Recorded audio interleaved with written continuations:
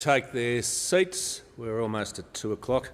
In accordance with Standing Order 43, the time for members' statements has concluded. Questions without notice. The Leader of the Opposition.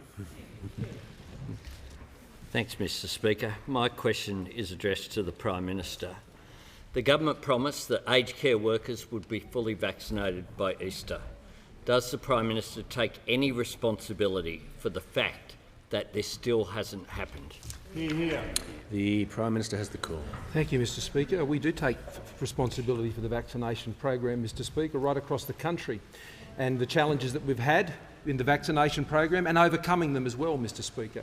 And I can say that I am greatly relieved, Mr Speaker, that during the course of this most recent COVID outbreak in New South Wales, the work that is being done to protect the most vulnerable people in our aged care facilities, Mr Speaker, speaks for itself.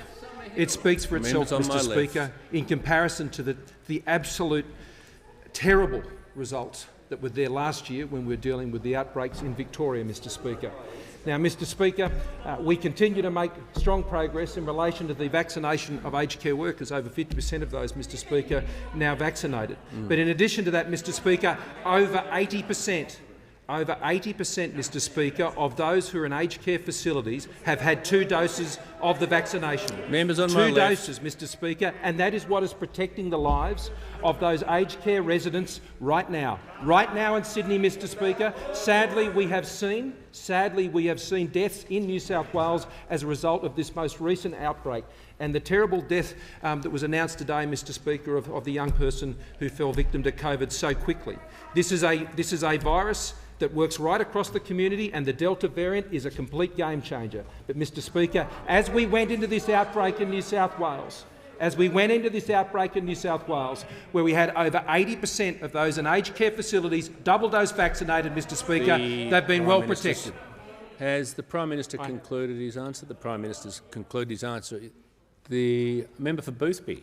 Thank you, Mr Speaker. My question is to the Prime Minister. Will the Prime Minister please inform the House about the importance of the Morrison government's considered and disciplined approach to governing Australia through the pandemic and through our recovery? The Prime Minister has the call. The member for Isaacs. The Prime Minister has the call. Well, thank you, Mr Speaker, and I thank the member for Boothby for her question. Throughout the course of this pandemic, Australia has been able to save lives and save livelihoods, Mr Speaker, like few countries in the world today. And we've done this, Mr Speaker, by following approach to Australia's COVID response, not just at a federal level, but by working together with the state and territory governments that have pursued an approach, Mr Speaker, that has put in place disciplined decision-making, safeguards in place, the mechanisms to drive decisions and drive our responses, Mr Speaker. What's been important through all of this is to make sure that we were well informed when making decisions, that we were getting the best possible advice, that we were consulting, Mr Speaker, widely, not just in the health community but in the business community, directly into the community, listening to the scientific experts, consulting with other nations around the world to inform our decisions, considering the implications, Mr Speaker, thinking through the responses so necessary to guide our response to a COVID pandemic, the likes of we have not seen in 100 years, Mr Speaker. It doesn't come with a rule book, it doesn't come with a guidebook, but Australia has been able to make an Australian way through this pandemic that has saved lives and livelihoods like few other countries in the world. The National Security Committee COVID Group, Mr Speaker, the National Coordinating Mechanism led within the Department of Home Affairs, engaging with industry, with businesses, with governments, Mr Speaker, particularly at a state level as we work through outbreaks and lockdowns. The National Cabinet, which will meet for the 50th time this week, Mr Speaker, consistently meeting together to deal with challenges and work through issues, Mr Speaker, as best as we possibly can. The Operation COVID Shield, Mr Speaker, which now leads the vaccination response under Lieutenant General Fruin, which was set up in June. Operation COVID Assist, Mr Speaker, which was there on the ground in Victoria last year, has been on the ground all the way through and is on the ground now in New South Wales, supporting those efforts, Mr Speaker. The clear principles that have guided our response, proportionate, timely, scalable, aligned with other Members on my with left. all other responses, existing structures. And, Mr Speaker, if those opposite think JobKeeper came late, Mr Speaker, I know those opposite are now critics and opponents of JobKeeper, the most successful program we have seen take a country through a crisis, and they call it waste. Labor called JobKeeper waste, Mr Speaker. They will remember that of Labor at the next election, that when push comes to shove, Labor thinks JobKeeper was a waste, Mr Speaker. So these are the things that have guided our response. And yesterday was a Super Tuesday. 213,947 vaccines delivered yesterday, hitting its marks. We'll reach out. The member for MACARTHUR has the call. Thank you, Mr Speaker. My question is to the Prime Minister. According to Department of Health figures, the member for Dawson's electorate has one of the lowest vaccination rates in the country. Why has the Prime Minister failed to condemn the member for Dawson's irresponsible undermining of public health measures designed to stop the spread of COVID, including his support of civil disobedience? For example, George Christensen says COVID mask mandate is insanity. The Prime Minister has the call.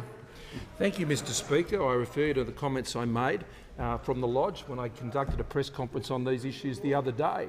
Mr Speaker, members of this parliament are accountable for their own actions and their own decisions, Mr Speaker. Members on my They're left. accountable for their own actions and their own decisions.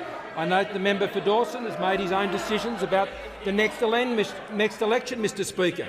But if these are the matters the opposition wish to raise, Mr Speaker, why have they selected a candidate for the Labor Party in Higgins, Mr Speaker, which talks down AstraZeneca vaccines, Mr Speaker, and how, Mr Speaker, and how, Mr Speaker? If that is the standard they wish to raise, it is them, Mr Speaker. It is them that are setting this standard, Mr Speaker. If they want to have a candidate in Higgins, unlike the great member for Higgins we have in this chamber, Mr Speaker, a great medical doctor who has tremendous experience and has been a key source of advice. The Prime Minister will Mr. resume Speaker. his seat. The member for MACARTHUR is seeking the call on a point of order. A point of order on relevance, surely. This has nothing to do with the member for Dawson. I think if the member for MACARTHUR reflects on my earlier rulings and reflects on all of the material in his question, you'll find that the Prime Minister is indeed in order. The Prime Minister has the call. Speaker. So I would encourage the Leader of the Labor Party, Mr Speaker, to follow the example of the member for Maribyrnong, Mr Speaker, and supporting those AstraZeneca vaccines. The Prime Minister will resume his seat.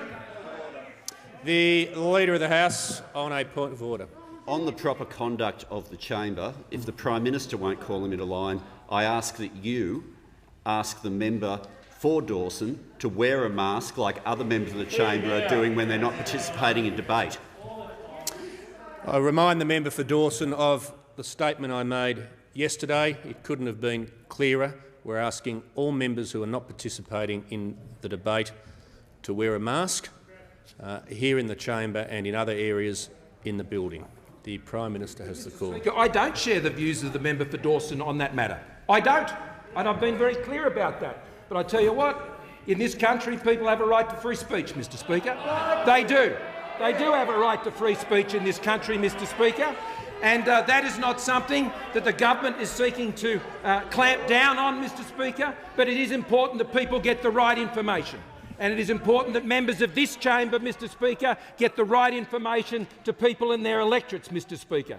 And that is something that I strongly support, and I encourage all members of the government, Mr Speaker, to do that, to do exactly that, Mr Speaker. And I would invite the Leader of the Labor Party, given he is inviting me to make these comments, he should say the same thing about his Labor candidate, who is the candidate for Higgins. He's happy to have one of them, Mr Speaker, talking down AstraZeneca vaccines. The Leader of the Labor Party should take the example of the former Leader of the Labor Party, Mr Speaker, who's happy to get out there and support the CSL workers who are out there making those AstraZeneca vaccines, Mr Speaker, that the Leader of the Labor Party seems to be crab-walking away from. The member for Dawson. Thank you, Mr Speaker, and I would not seek to undermine your ruling. I was preparing to get up and ask this question while I removed the mask. So Thank you, Mr Speaker. Members on both My sides. question, Mr Speaker, is to the Deputy Prime Minister. Will the Deputy Prime Minister update the House on how the Morrison-Joyce government is delivering essential water infrastructure and other infrastructure, creating jobs and opportunities for Australians living in rural and regional communities? The Deputy Prime Minister has the call. Thank you very much, Mr Deputy Speaker. And I'd like to acknowledge the member for Dawson, and I'd also like to thank him for his long period of preparation for this question, because it does need a lot of attention, because we note the member for Dawson and the member for Capricornia's great work in such things as Rookwood Weir. Rookwood Weir, which is being built as we speak. And we note that we wanted to make it bigger, but the Labor Party wanted to make it smaller. We also note the Labor Party and how out at Callide Weir, they're taking the gates off the Weir. They don't believe in water infrastructure. We note in the member for Hinkler's seat, Paradise Dam. What did the Labor Party do? Made it smaller. They don't believe in water infrastructure. But we do note the $12.65 million further that we've put into Urana Dam to do to finalise the geotech work and the environmental impact study, so we can also start building that one next year, just like we're building Rookwood. We note the Sunraysia modernisation project in the seat of Mallee and the work we have been done there, completed. We note the South West Loddon Rural Supply Scheme, because they said we didn't build any, completed. We also note the Gippsland McAllister Irrigation District Scheme, Phase 1B, completed. We note also in the seat of Mallee, the Mitiamo District Reticulation Water Scheme. They say we didn't build anything, completed. These things are actually done. They were never done under the Labor Party. Oh no, not under the Labor Party. We note the Mareeba Dimbula Water Supply Scheme, which is getting so close right now to completion. They say we didn't build it, but we're actually showing them. We're building them, and we've got further to go. Now, I like going to the movies, and I can't but always remember Howard Hughes, the aviator. But Howard Hughes, the aviator, but the Labor Party got Albo the advocator. Yeah, the great advocator, the great ideas man, straight from the pool room. But never in this whole period of time, from between his lips, has he uttered a word about one dam he will build in regional Australia. Not one dam is going to come out of this man. He has never uttered about one regional road he's going to build. The Deputy Prime Minister will resume his seat. The Leader of the Opposition on a point of order. Yes, Mr Speaker. I'm forced to bring out the weirdness stuff. I have no idea what this is, but it's Leader nothing of the to do with Opposition the will question. resume his seat. That is not a point of order. The Deputy Prime Minister has the call. Much no, should continue on. The great advocator, there he is, because we are never going to get anything constructed by him. But he did have one great idea. We saw it the other day. $300 per jab. I think that was just your idea. No, the Deputy Prime Minister needs to resume his seat, and I think we might as well leave it there. Whilst he was asked about alternative policies, they need to be alternatives to the issues laid out in the question, and I think we'll just... Member for Moreton. Done, Barnaby. Terrific.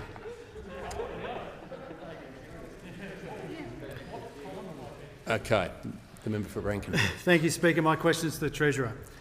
How many billions of dollars a week are being lost from the national economy because the Prime Minister failed to do his two jobs, rolling out the vaccine effectively and creating a safe national quarantine system? The Treasurer has the call. Well, Mr Speaker, I can tell the member that as a result of our policies, we're providing important income and business support to the members, to the people across the states of New South Wales and Queensland that are in lockdown. Now, as I've said publicly before, the costs of the lockdown are immense. In the case of New South Wales, it's around $180 million a day. In the case of when Victoria was in lockdown, it's around $100 million a day. In the case of South Australia, when they were locked down, it was more like $30 million, Mr Speaker. Now, the reality is that lockdowns cost the economy significantly, They have an impact, obviously, on the labour market, they have an impact on economic activity, and they have an impact on people's well-being. But that is why we are providing an unprecedented amount of economic support to those people in need. And today I've joined hundreds of businesses on a series of Zoom calls to remind them and to provide them with details of the economic support that is flowing. But people across Australia, particularly those who are in lockdown right now, need to understand that the fundamentals of the Australian economy are strong. They need to understand that the Australian economy is resilient, and that they need to understand that as we bounce back from the lockdowns that we have seen, the economy comes back very, very strongly. And our economic performance throughout this pandemic has been ahead of other advanced economies around the world. And the honourable member knows that going into these most recent lockdowns that we've seen in New South Wales and elsewhere, the unemployment rate fell to 4.9%, a 10-year low, and that 160,000 more people have been in work today than before this pandemic began, and that our economy is bigger today than before this pandemic began. And programs like JobKeeper have been absolutely essential to the rebound across the Australian economy. So while those opposite like to talk down the economy, we on this side talk up the economy. Member for Rankin. And we point to its resilience, and we point to its strength, and most importantly, we point to the confidence of the Australian people. The member for Melbourne. Thank you, Speaker. My question is to the Prime Minister. From Victoria to Queensland to New South Wales, large numbers of school students have been infected with COVID. But your vaccination targets do not include children, which means your 80% target is actually a lower 65% target for the whole population. According to Grattan Institute modelling, such a target could result in many, many thousands of deaths if restrictions are lifted. Prime Minister, given this risk and given the growing prevalence of infection in children, will you extend vaccination coverage to children over 12 and include them in your national vaccination target? The Prime Minister has the call. Thank you, Mr Speaker, and the Minister for Health may wish to add to my answer. The member would be aware from the Doherty modelling that the vaccination targets, it was the recommendation of Professor McVernon that came through the Doherty modelling that including those under 16 in the overall vaccination targets was not recommended. That does not mean to say that there isn't a role for the vaccination of those under 16. But in terms of the epidemiology, in terms of hitting the vaccination targets as a percentage of those over 16 and the impact that has on transmission, then that is not necessary for that purpose of the vaccination targets. But the vaccination of children is a matter that is being carefully considered right now by the Chief Medical Officer, together with the head of SciTag and with Operation COVID Shield, to understand fully where the priorities would need to be to offer vaccines to those under the age of 16. We are also awaiting the advice from the ATAGI group on where those priorities may be, because there has been differing practices around the world in terms of the vaccination of children. So it is something the government is taking extremely seriously. The work that is guiding us when it comes to the setting of vaccination targets has been provided by the Doherty Institute. And I'm sure the member would agree, as the member for Melbourne, that the Doherty Institute is one of the finest scientific modelling organisations in the world when it comes to these issues. So we will be guided by their advice, and that is an explanation as why the vaccination targets have been set as they are. But the issue of vaccinating children is very important, and we will wait for further medical advice on the best way to approach that task to ensure both their safety and to give peace of mind, particularly to their parents and their families, but also, of course, to those children, but to ensure that we also are enabled to continue the process of rolling out the National Vaccination Plan. Now, Professor McVernon made a very important point yesterday, and that is one of the primary ways that you can prevent this COVID virus getting to children is the vaccination of their parents. The vaccination of their parents. And that is a key factor that has been taken up in the National Vaccination Plan as a result of the Doherty process that I commissioned. And the Minister for Health. Just very briefly, in relation to approvals for children, the Therapeutic Goods Administration has given an approval on the application from Pfizer for that vaccine to be applied to 12 to 15-year-olds. The Australian Technical Advisory Group on Immunisation has provided its first piece of advice, which the government has accepted, to open that up initially for immunocompromised children, children in remote communities, children of Indigenous heritage.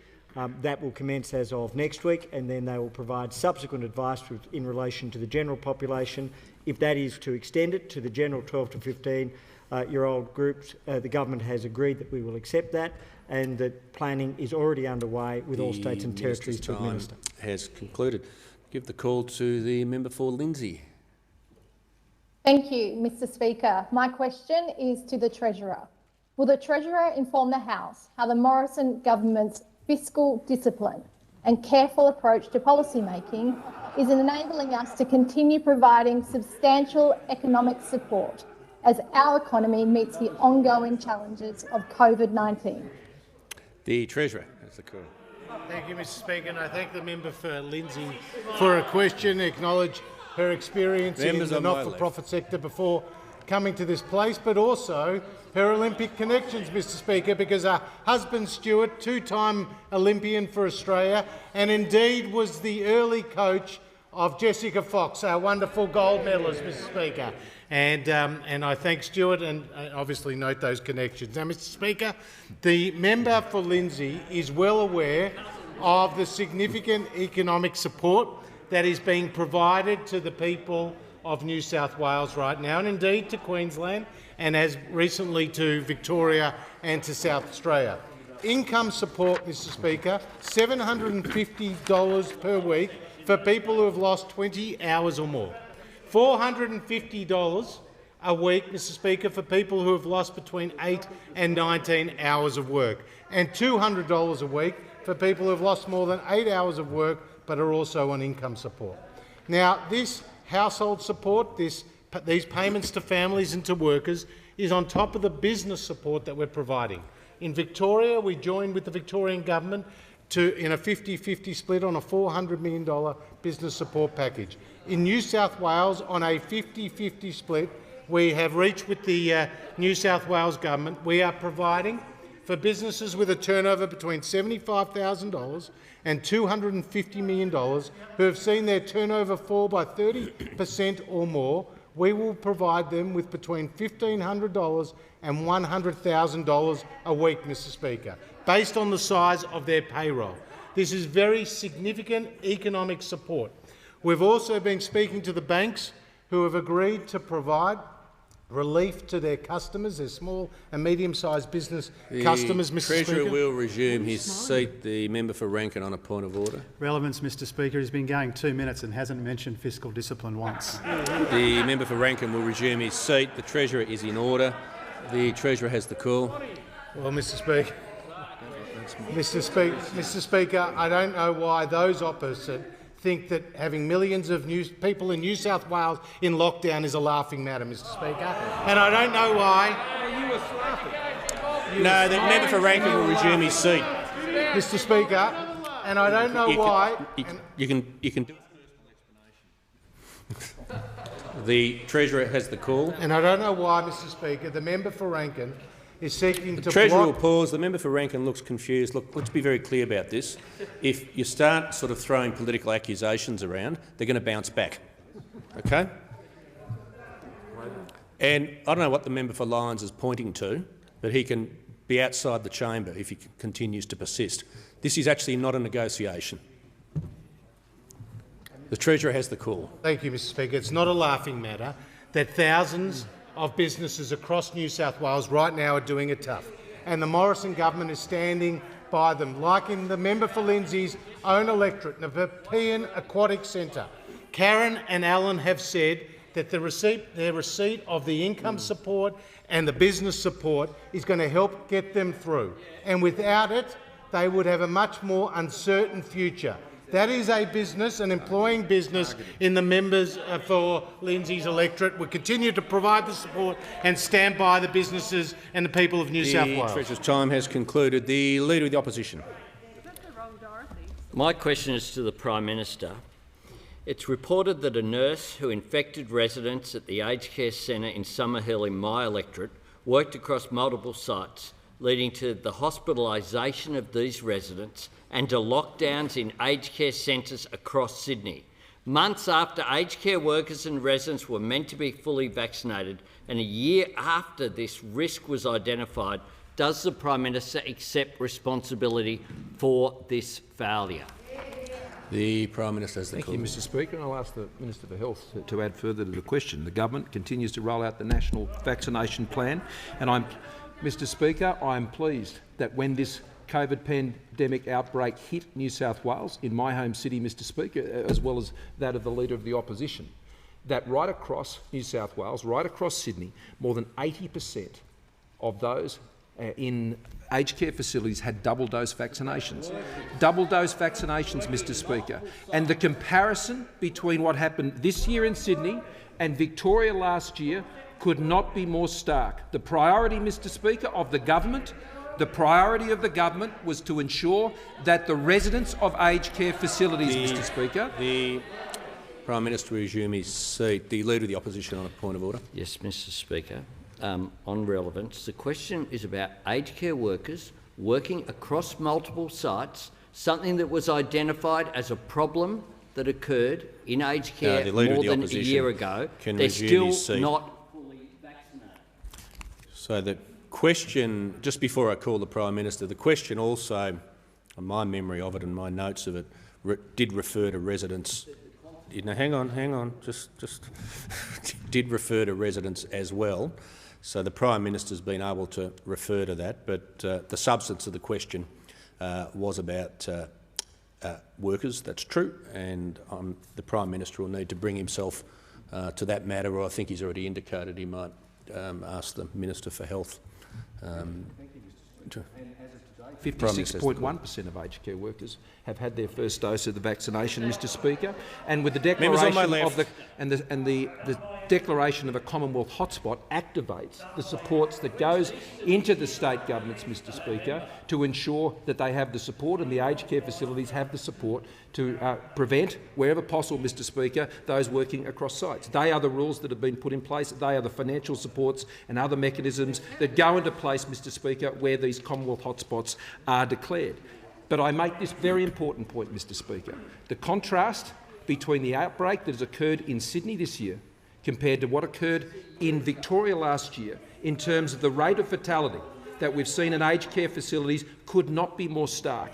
And that is because the government ensured that we, Mr Speaker, moved to put the vaccines into aged care facilities and double-dose those residents, with more than 80% having double-dose vaccinations in those facilities. Now, last year, Mr Speaker, there was not a vaccination, and we were able to constrain as much as possible in an unvaccinated population the impact of a extraordinary outbreak across Melbourne. Mr Speaker, in a way, Mr Speaker, that was far in advance of what we'd seen in other countries that had been subject to those outbreaks when there were no vaccines. This year, with the vaccines in place, over 80% of those in residential aged care facilities double-dose vaccinated, and that has provided them with very important protection in the midst of this very significant outbreak. But the Minister for Health may wish to add. Thank you very much, Mr Speaker. Firstly, in relation to the Summit Care facility, I understand that there are two different facilities. Firstly, in relation to the Summit Care facility, I understand that that has now been taken off the list. It has a vaccination rate of approximately 96% amongst residents, and those 5 residents who were vaccinated, who have now largely cleared the virus, are expected to return. The one resident whose family had chosen not to vaccinate is also expected to clear the virus. In relation to the Summerhill facility, I want to check the details with regards to the worker, because I have different advice with regards to the worker. The Minister's time has concluded. I'm sorry. No. The member for Fairfax. Thank you, Mr Speaker. And my question goes to the Treasurer. Will the Treasurer please remind the House on why only the Morrison government can be relied upon to cut taxes and to ensure businesses, workers and families keep more of their own hard-earned money? And is the Treasurer aware of any any constructive proposals being put forward that would be an alternative to the government's tax policies? The Treasurer has the call. Well, I thank the member for Fairfax for his question, Mr Speaker, and member for acknowledge Eden his Monaro. experience, starting off as an apprentice baker, Mr Speaker, and in the private sector, and most recently championing the Olympic bid for Brisbane, the very successful Olympic bid. Congratulations to the people of Queensland, Mr Speaker, and indeed Australia. Now, Mr Speaker, on this side of the House, we just don't talk about lower taxes. We deliver lower taxes, Mr Speaker. That is our track record. They are our policies. And what we have seen pass through the parliament is the most significant income tax cuts in a generation, with the abolition of a whole tax bracket. Member for Rankin is now warned. The 37 cents in the dollar tax bracket is now legislated to go completely, creating one big tax bracket between $45,000 and $200,000, where people pay a marginal tax rate of no more than 30 cents in the dollar. With small businesses with a turnover under $50 million, we've cut the tax rate as of 1st of July to 25 cents in the dollar, Mr Speaker. And we've put in place in this year's budget a patent box to provide a concessional company tax rate of 17% for those businesses in the medical and biotech sector that develop through their research and development patented ideas that earn income, and they do so here in Australia. They will receive a concessional company tax rate. And immediate expensing. We have passed legislation and implemented policies in successive budgets which provide for businesses to write off acquisitions of machinery and equipment, upgrades to their retail shops, upgrading their production lines, ensuring that they can write that all off in year one. Whether you're a farmer with a harvester or whether you're a retailer with a shop fit-out, Mr Speaker, you can write off those acquisitions, those upgrades, all in year one. And the loss carry-back measure, another important tax reform designed to help get people through. But I'm asked about those opposite, because we know that they have opposed our tax cuts every step of the way, like the Stage 3 tax cuts. I just say to the Treasurer, he's not able to do this on this occasion because the question asked whether there were constructive proposals being put forward. So if there are constructive proposals, you can outline them. If there's not, you can resume your seat. Well, Mr Speaker, the reality is the Stage 3 tax cuts, which we supported and those opposite did not support, have been a constructive proposal designed to lower people's taxes, Mr Speaker. And what do lower taxes lead to? They lead to more jobs, Mr Speaker. And what do more jobs lead to? They lead to a stronger economy. Now, we on this side of the House have actually walked and talked and delivered lower taxes for millions of Australians and their businesses in order to create a stronger economy. The Leader of the Opposition. Thank you, Mr Speaker. My question is to the Prime Minister, and I refer to this statement from the Commonwealth Chief Medical Officer, Professor Paul Kelly, in May this year, and I quote him: "I think we really do need to look for incentives, as many incentives as we can, for people to become vaccinated." Was the Chief Medical Officer correct? The Prime Minister has the call. Mr Speaker. Now, being very familiar with the views of the Chief Medical Officer, because I meet with him regularly, Mr Speaker. I meet with him very regularly. On my left. Mr Speaker, I understand that the Leader of the Opposition has had one meeting that he sought, Mr Speaker, already this year. One meeting with those running the health advice into this country. So I'm pleased to fill him in on the views of the Chief Medical Officer, Mr Speaker, and what the Chief Medical Officer has said and what General Fruin has made very clear. Mr Speaker, well, he says General Fruin as if there's some sort of mocking title to that, Mr Speaker. No, you want to interject with it. The Manager of Opposition Business on a point of order. No. Members on my left. What a show. The Manager of Opposition Business has the call. It's one thing when people attempt to put words in someone else's mouth in this place, but when they do it with respect to an esteemed member of the Defence Force, it should be beneath this parliament. It should be beneath this parliament. If nothing's beneath you, then that's on you. The Manager of Opposition Business will resume his seat. let me just address this matter very clearly.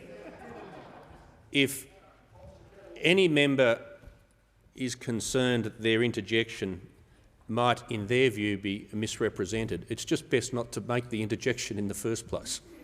The Prime Minister has the call. Thank you, Mr Speaker. And the advice that has come forward from whether it's the Chief Medical Officer or General Fruin is that cash payments, Mr Speaker, cash payments for jabs, Mr Speaker, a cash splash for jabs, Mr Speaker, is not their advice. It's not their advice, Mr Speaker.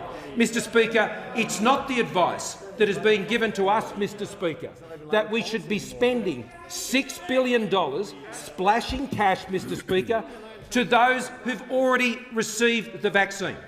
And at least at this point, they would be paying out over $2 billion to people who have already had the vaccine, Mr Speaker.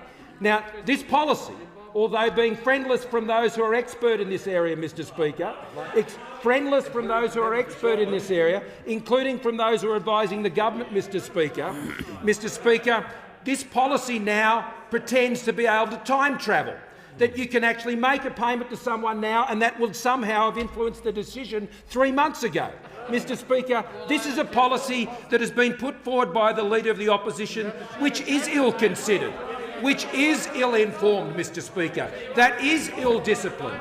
This is a policy, Mr Speaker, that he has not sought to consult on, that he has not sought to take proper advice on. He hasn't even had the opportunity to actually sit down with those responsible for delivering the national vaccine plan and be informed of that before he's gone off with this idea. I note that those opposite, Mr Speaker, to quote them, Mr Speaker, refer to this as Anthony's idea, Mr Speaker.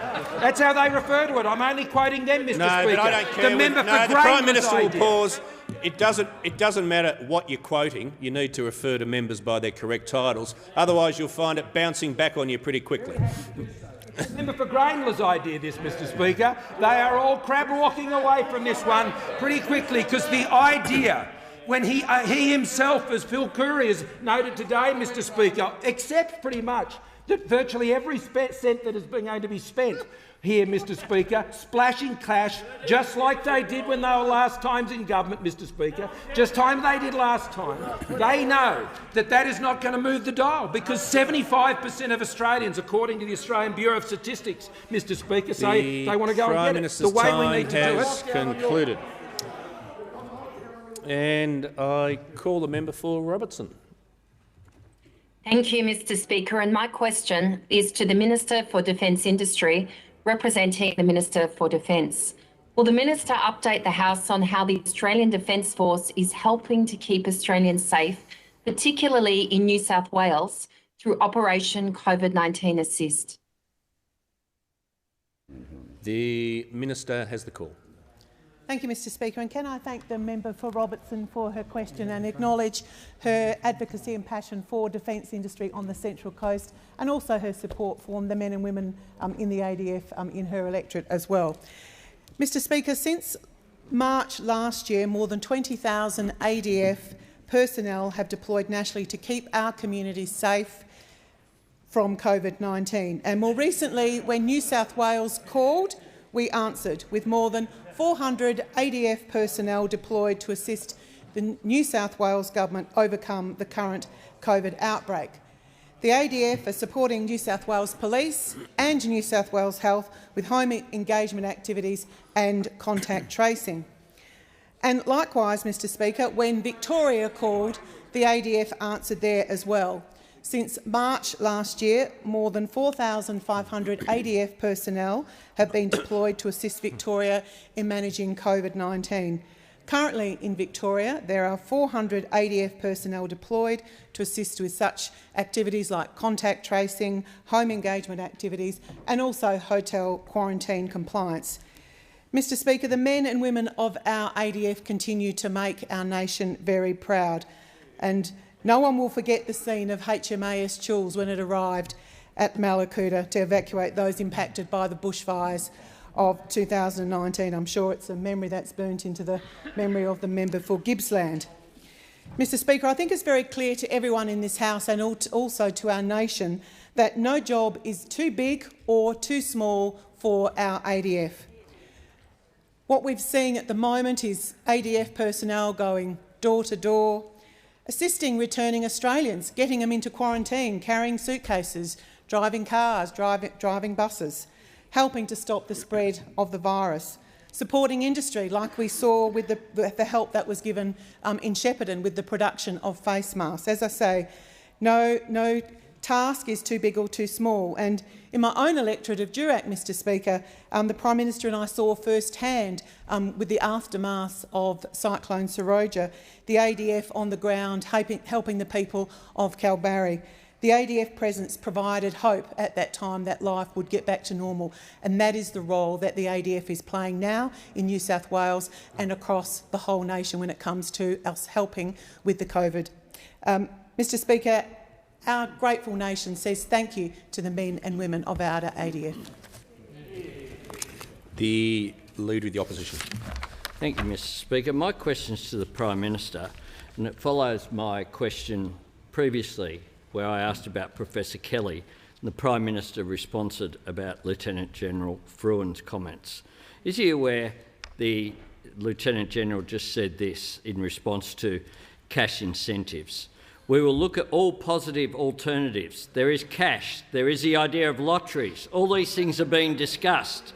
What is resonating with people right now really is being able to get back to the sort of lifestyle we used to enjoy. Is indeed Lieutenant General Fruin correct? The Prime Minister has the call. Speaker, I can assure you that Lieutenant General Fruin is not recommending paying $2.4 billion to people, Mr Speaker, who have already received the vaccine. Members on my left. Who have already received the vaccine.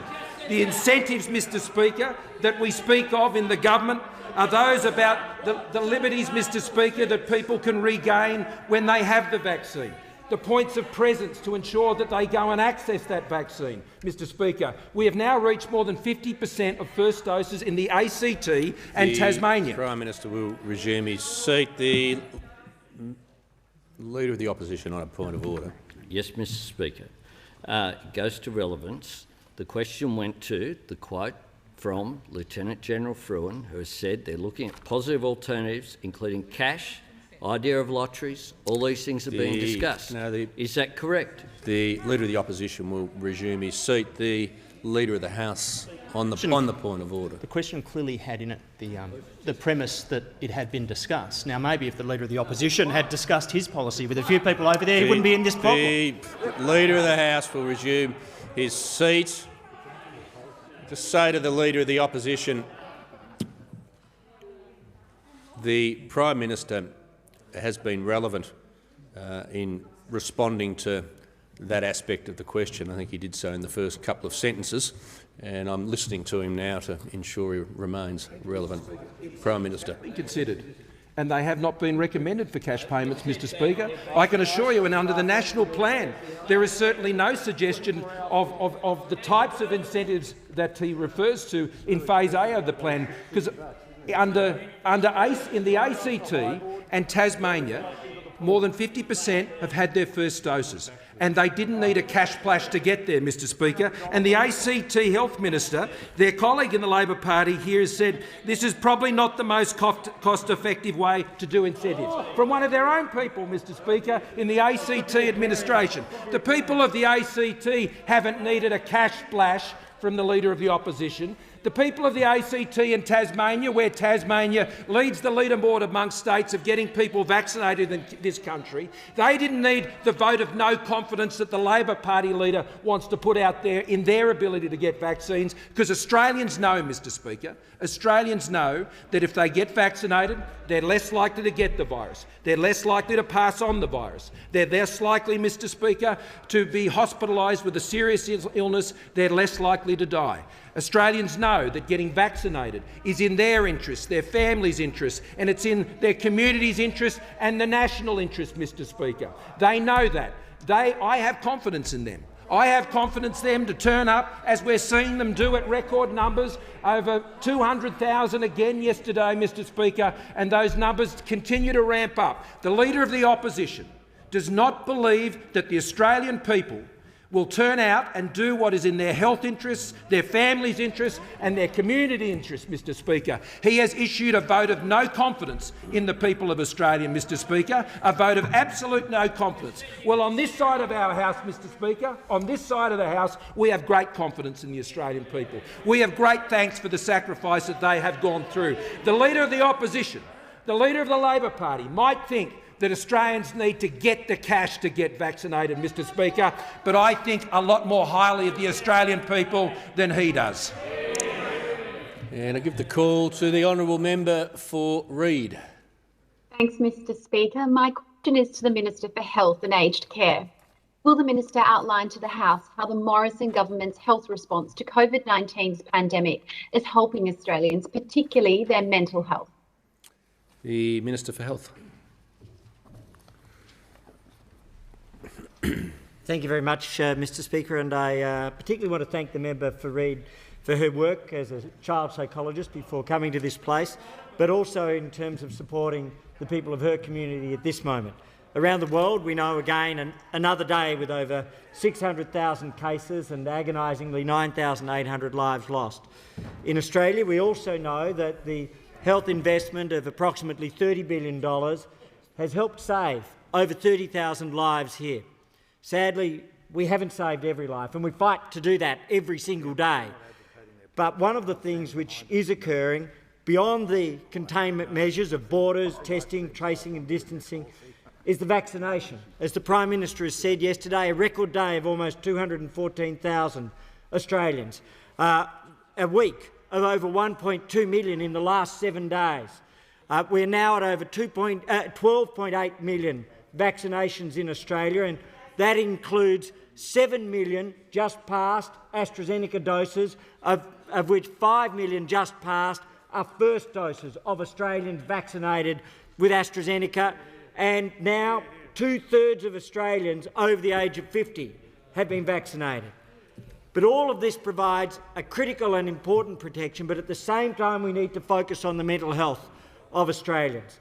And that's one thing which has been fundamental. We know the challenges, whether it's children or young adults or people of all ages, and the stresses that they face. On that front, the unity of the House, I believe, has been very strong.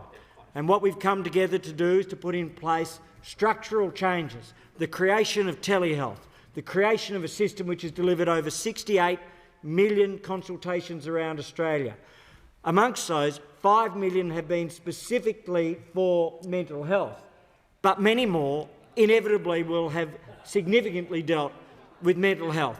That structural reform will have changed the delivery of Medicare and health services in Australia forever, but saved many lives during the course of this pandemic.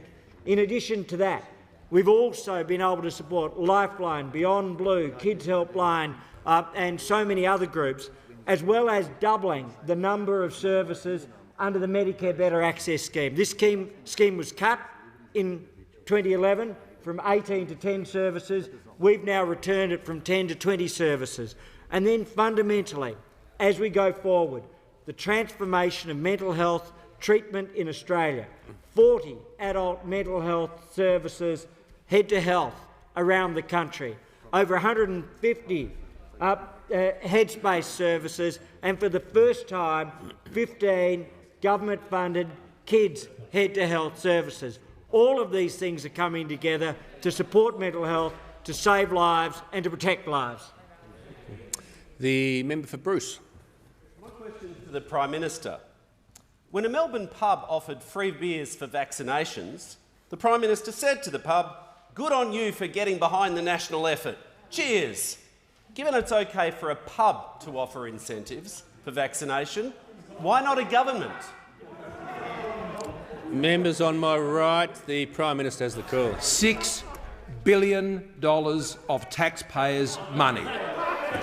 $6 billion of money. Members on both sides. Almost half of which would be paid to people who've already had the vaccine, Mr Speaker. And, Mr Speaker, what the Leader of the Opposition has largely already conceded in a policy, Mr Speaker, where we've seen ice creams last longer in the sunshine, Mr Speaker, than this one. Mr Speaker, this policy, he already acknowledges by implication, Mr Speaker, that more than 75% of people who would go and get this vaccine would have gone and got it otherwise, Mr Speaker. But he's going to cut a cheque. He's going to cut a cheque anyway, Mr Speaker, just like they did last time. See, what we've seen from the Leader of the Labor Party here, Mr Speaker, is very interesting, Mr Speaker. And I'll take the interjection. I'll take the interjection, Mr Speaker, because he refers to $13 billion. Mr Speaker, that was JobKeeper's monthly bill. That was JobKeeper's monthly bill, Mr Speaker. I know what it was, Mr Speaker, because we decided to put JobKeeper in place and we believe it was a wise investment, Mr Speaker, to ensure that on the other side of when we came out of those first and second waves, Mr Speaker, our economy came back and 1 million people got back into jobs. And as we got to the end of March, those opposite, Mr Speaker, were warning. They were hoping for the worst on Australians, Mr Speaker, when we came to the end of March, that people would not find themselves in jobs and they could go cock-a-hoop here in this place, Mr Speaker. But what did they find? What did they find? Australians back in jobs. And Australians around the country were smiling and the Labor Party was frowning, Mr Speaker, because all through this pandemic, the Labor Party has hoped for the worst. They've undermined the national effort, Mr Speaker. The constant negativity of the Leader of the Labor Party, Mr Speaker. He can yap and yap and yap all he likes, to the Prime Minister, he's now moved beyond the question, which was about incentives. Moved well beyond it, sort of out of the arena and out of the car park. Well, Mr Speaker, going to that policy incentive put forward by the Leader of the Labor Party, which was referred to by the questioner, what we've seen from this is how they would have done things if they were in government. The same sort of ill-disciplined, ill-informed, Mr Speaker, ill-disciplined, ill-informed way to approaching policy where they treat taxpayers' money like it's confetti, Mr Speaker, spraying it round without any rules, paying off money, Mr Speaker, as a bribe to Australians, Mr Speaker. That's what it is. They think they need to bribe Australians to get vaccinated. So little do they think of their fellow Australians and the sacrifices they're making, Mr Speaker. This is a Leader of the Labor Party, has shown his true policy colours, ill-informed, ill-disciplined, Mr Speaker, the Prime Minister's time has concluded. Members on both sides. The member for Higgins. Thank you, Mr Speaker. My question is to the Minister for Energy and Emissions Reduction. Will the minister outline to the House how the Morrison government's technology, not taxes approach to reducing emissions is focused on harnessing Australians' innovation and expertise? And is the minister aware of any risks to this approach? The Minister for Energy and Emissions Reduction. Well, thank you, Mr Speaker, and I thank the member for Higgins for her question and for her strong commitment to bringing down emissions as we strengthen our economy, constantly strengthening our economy. And as someone who was a doctor before coming into this place, she knows how effective it is to take a technology-led approach to solving hard problems, including bringing down emissions. And of course, she also knows that our approach is working, Mr Speaker. Emissions down over 20% since 2005, lower than any year when Labor was in government. We saw 7 gigawatts of new renewables capacity in the last year alone, more than the full 6 years of Labor government. And now we see Australia has the highest level of installed solar PV in the world per capita, Mr Speaker, the highest in the world. Now, this is happening because we're backing Australian ingenuity and innovation, Mr Speaker, and great organisations that are playing such a great role in this. One of those organisations is ARENA, Mr Speaker, and of course we are backing ARENA to invest in a broader range of technologies to bring down emissions in the coming years, Mr Speaker, and in particular in those hard-to-abate sectors. ARENA has an important role to play in this. It needs to be able to support our 5 priority technologies in our technology investment roadmap. We've given it an additional $192 million on top of its baseline funding of over $1.4 billion a year, an additional $192 million to invest in technologies like charging infrastructure for electric vehicles, Mr Speaker, microgrids, bringing down emissions in heavy industry and heavy transport, Mr Speaker, that next generation of low emissions technologies. But I am asked about risks to this approach. Mr Speaker, and the risk is those opposite, because the member for McMahon has been selling the party room over there on the other side a pup, Mr Speaker.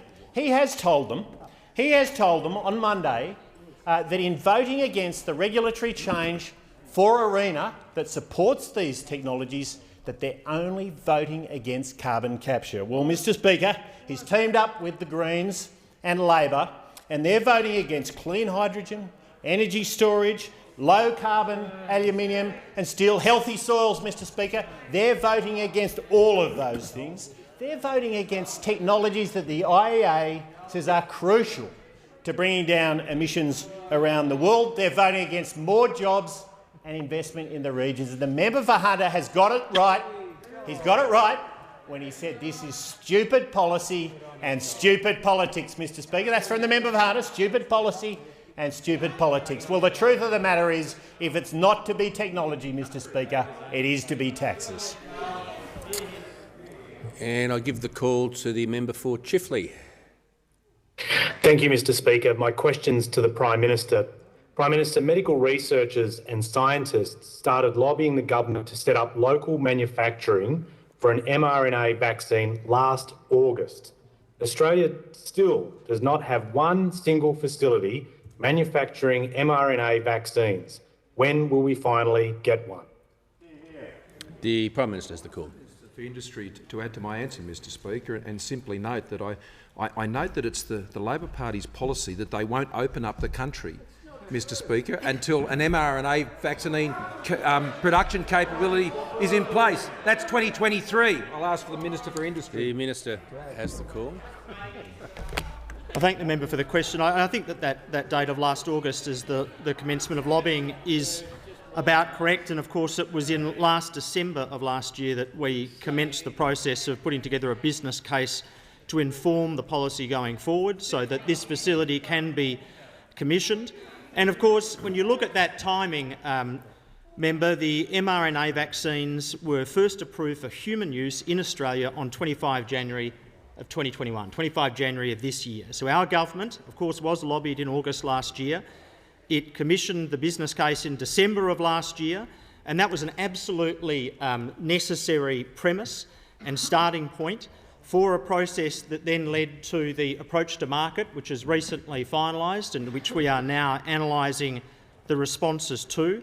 And I think indeed in the article that the individuals were quoted from, they also talk about a feasibility study being the starting point. I think that the Research Australia Chief Executive talked about the need to start with a feasibility study, which is what we did, a business casing of this, so that we could firstly understand exactly what would be a reasonable ask of the taxpayer.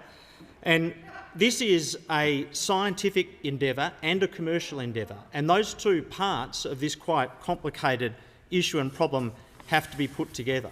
So there are and will be frustrations that things don't happen more quickly, but this is a very complicated scientific endeavour and commercial endeavour. It has to be sustainable into the future. It has to produce mRNA vaccines for future pandemics and viruses, potentially for COVID boosters, potentially aligned also to flu vaccines, potentially also for other therapeutic treatments such as cancer and heart diseases. And we are taking a considered, informed approach. There is possibly one way that you could do it quicker, and that is that you could take the same sort of approach to this complicated, potentially large expenditure of taxpayers' money that the Labor Party have taken to a $6 billion policy, and that is take that sugar hit approach and just spend $6 billion without even discussing it with your own caucus. Point of order. So you could take that approach. The Minister will pause for a second. The member for Chifley on a point of order. Thank you, Speaker. Direct relevance. I've asked the question, when will we get an mRNA facility? We're not asking for this meandering that we're getting now from the Minister. No, I uphold the point of order. It was a very specific question. The Leader of the House is the Speaker. Let me put it this way. You could take the $2 billion that you would spend to get people vaccinated who have already been vaccinated and pay for this policy two or three times over. The member for Solomon will leave under Standing Order 94A. Yes, the member for Flynn. Thank you, Mr Speaker. My question is to the Minister of Resources and Water. Will the Minister inform the House how the Morrison government in positioning Australia as a leading supplier of critical minerals and rare earth elements to meet the growing global demand for the new energy technologies required in a modern economy? Is the Minister aware of any alternative approaches? The Minister for Resources and Water.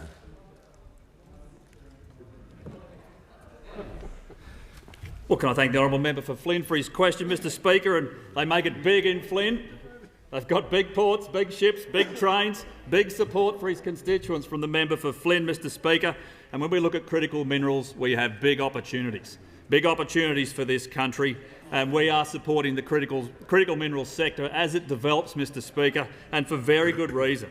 Now, in the Modern Manufacturing Initiative, part of course, the current Leader of the House position, we actually supported 8 critical minerals projects, Mr Speaker, as part of the first round of that $1.3 billion commitment that we have made. One of those, Mr Speaker, is Core Lithium. Now, Core Lithium received $6 million. It is up in the Middle Arm Industrial Precinct in Darwin Harbour, up in the Northern Territory, Mr Speaker. Their proposal is for a pilot plant to process ore into battery-grade lithium hydroxide.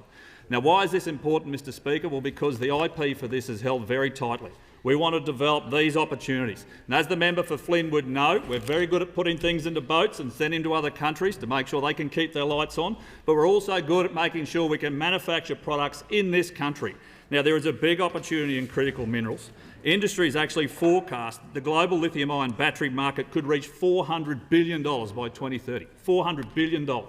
Now, we want a big piece of that, Mr Speaker, but we do need to develop that technology and that support, and there is competition because other people want that piece of the pie too, Mr Speaker.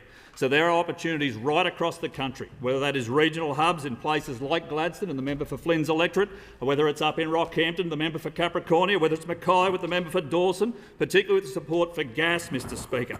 Now, Mr Speaker, I'm asked about alternatives. And there are alternatives. There are the positions that those opposite tend to take on occasion, Mr Speaker. But quite simply, we support this sector. On this side of the House, we support the sector, and our support is obvious and clear and strong and public. In fact, Mr Speaker, when we go to a resources sector mine, I go with the Prime Minister. We show up in the far north earlier in the year. I mean, admittedly, we got stuck in a lift, but everybody knew about that. We got out of the lift, Mr Speaker. But we are supporting the sector, the workers, the individuals who are driving the economy in this country. In fact, Mr Speaker, on recent accounts, 279,000 jobs in the resources sector now, Mr Speaker, incredibly strong. Now, the opposition, it's reported, have secret visits to mines. And, Mr Speaker, we don't make a secret about our support. We do not make a secret about our support. And I'll be philosophical briefly, Mr Speaker. If a tree falls in a forest and no one is there to hear it, did it make a sound? And if the Leader of the Opposition went on a secret visit to a coal mine and no one knew about it, did he really go? The Leader of the Opposition. Thanks, Mr Speaker. My question is to the Prime Minister.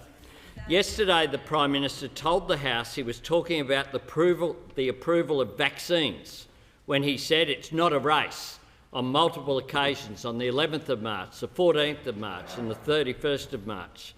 Given the TGA approved Pfizer in January and AstraZeneca in February, what vaccine approval was he talking about in March? The Prime Minister has Thank you, Mr Speaker. I was making reference to the cautious approach that the government has taken when we've been taking advice and rolling out the national vaccine program. He rightly refers to those comments being made in March, Mr Speaker. It is a very different situation that we're in now, and those comments are not comments I've repeated since that time, Mr Speaker. And that is a reason for that. Because, Mr Speaker, we have continued to ramp up the response to the national vaccine program. And yesterday, Mr Speaker, we had another record day. Mr Speaker, and I acknowledge, as I've done to the whole country, Mr Speaker, I acknowledge that we have had challenges in the early parts of this national vaccine program, Mr Speaker, and I've said sorry to the country, Mr Speaker, for where we hoped to be, we were not able to be at that point.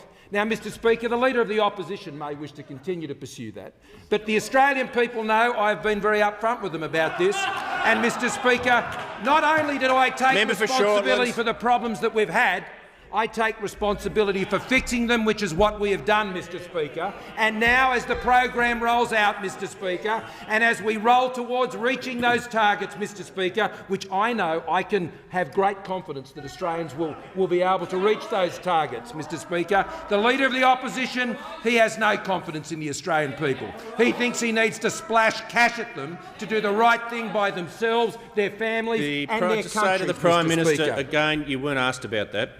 You've been relevant until now. Fair point. I was making a comment about my confidence in the Australian people and my confidence in the Australian people about meeting the targets we've set before us to ensure that we can live with this virus into the future. We have the plan, we've set the targets, we have put General Fruin in charge, Mr Speaker, of getting that vaccination program rolling out at the great pace it is now doing. That is what our government has done to address the challenges we had in the first half of the year, Mr Speaker. The Leader of the Opposition could help the national vaccination effort by supporting it, not undermining it, Mr Speaker, not engaging in the negativity which he is well known for.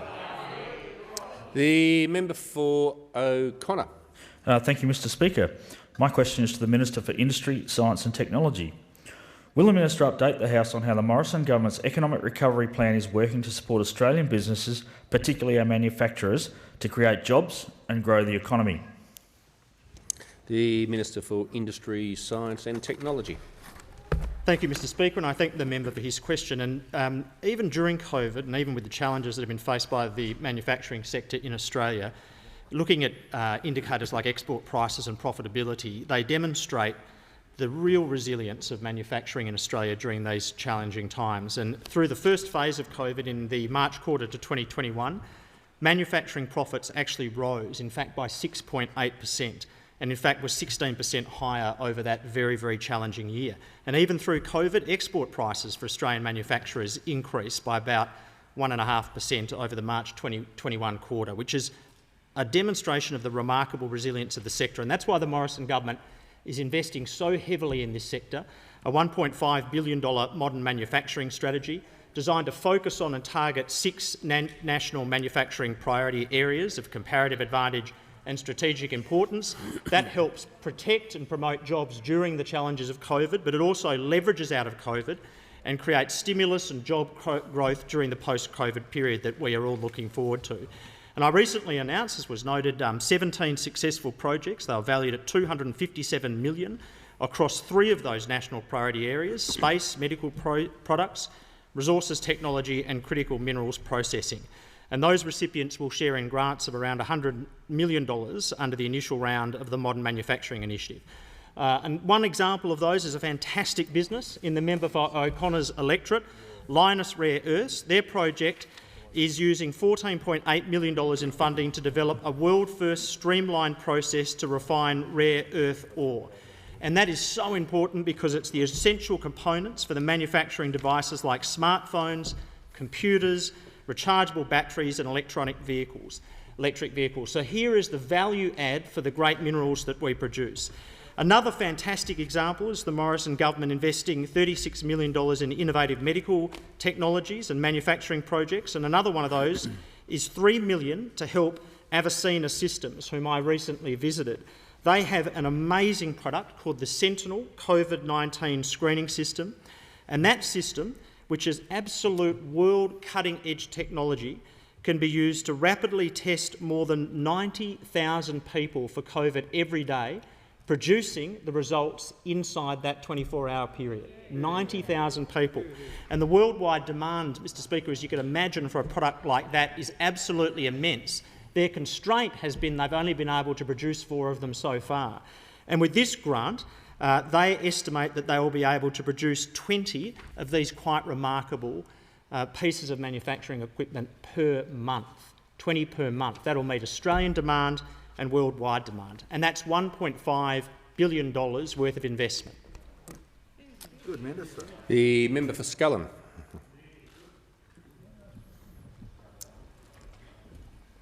Thanks, Speaker. My question is to the Prime Minister. Today, the Minister who administered car park rules said he wasn't aware of the list of top 20 marginals the Audit Office found was used to allocate car park funding to seats targeted by the Liberal Party. If the minister's correct, can the Prime Minister tell the House who put the list together and who used it to allocate watered funding? Was it the Prime Minister's office? Just before I call the minister, I'm not going to rule the question out of order, but I'm just, because there's been a number of questions on other topics like this, just when you're using a turn of phrase, it can really leave it open to the question not being answered. So what I'd prefer, future questions, if you're talking about a program that's been the subject of an audit report, just state what the program is. Okay. The member for Grey, on a point of order or trying to... Yeah, point of order, Mr. Speaker. I make the point that in that question he didn't actually address it to a minister at all. Didn't name the minister. No, he did. His first line was... He addressed it to the Minister for car park rights. No, he didn't. No. His first line was, my question is to the Prime Minister, and the Prime Minister has redirected it to the Minister, and the Minister has the call. Well, I do thank the Shadow Minister for his question, and I make the point, Mr. Speaker, that there is no question that the Minister of the day had authority to make decisions in relation to commuter car parks. There is no question of that, and indeed the Auditor-General's report makes that very clear. The Auditor-General's report makes that very clear. Under the National Land Transport Act, the Minister of the day had authority, and the Minister of the day exercised that authority consistent with the provisions of the National Land Transport Act. And I also make the point that money was committed on the basis of advice from the department to the Minister of the day, and indeed that is made very clear in the Auditor-General's report. And I also make the point, Mr. Speaker, that we saw from the other side of the House commitments under the Park and Ride Fund to commuter car parks at Gosford, at Woy Woy, at Campbelltown, at St Mary's, at Riverwood, at Panania and Hurstville. All of them from Labor, Mr. Speaker. Apparently there's some problem with Minister will just committing resume his funding seat. Minister will resume his seat. No, the member for Scullin is seeking the call on a point of order. Point of order, Speaker. On relevance, the question was quite narrow about the list of projects and who was responsible for it. Well, I'll just say to the member that's what I was alluding to with the first part of his question, that had some politically charged language. If he'd just asked that, he'd have a point. But the question at its heart contains an accusation, and that enables the minister to respond to that accusation. I'm not going to be too precious about the question for reasons a couple of people with long memories here will know, but we won't go into that. The minister has the call. Mr. Speaker, my answer to the ambitious but previously obscure Shadow Minister, who is desperately trying without conspicuous success to capitalise on what he thought was going to be his moment in the sun. Mr. Speaker, he asks who made the decision. I'll tell you who made the decision. The Minister of the day made the decision. The Minister of the day made the decision. And the Minister of the day had authority. This is the key point. The Auditor-General's report does not contest that the Minister of the day had authority. Let me read to you from page 38 of the Auditor-General's report. Under the Infrastructure Investment Program arrangements, the Australian Government may commit funding to an investment project at any time for any phase based on information it deems appropriate. The Auditor-General's report does not say, because it could not say, that the minister did not have authority. He did have authority. The Auditor-General's report does not say, because it could not say, that the minister did not act on the advice of his department. In fact, what the Auditor-General's report says quite precisely, for each of these 33 projects, the minister recorded that he had accepted the department's recommendations. There have been no instances where the minister approved funding for a commuter car park that had been recommended for rejection by the department. There is no question the minister had authority consistent with the provisions of the National Land Transport Act. The member for Chisholm. Thank you, Mr. Speaker. My question is to the Minister for Home Affairs representing the Minister for Women. Will the Minister advise the House on how Australian women are playing a vital role in our economic comeback as we recover from the COVID-19 pandemic, and how the Morrison government is assisting them? The Minister for Home Affairs representing the Minister for Women. I thank the member for her question and for the great work that she does in her electorate. It's very, very clear that women are helping the Australian economy to rebuild following what we have gone through over the last 12 to 18 months. And this government is going to make sure that we help women every step of the way.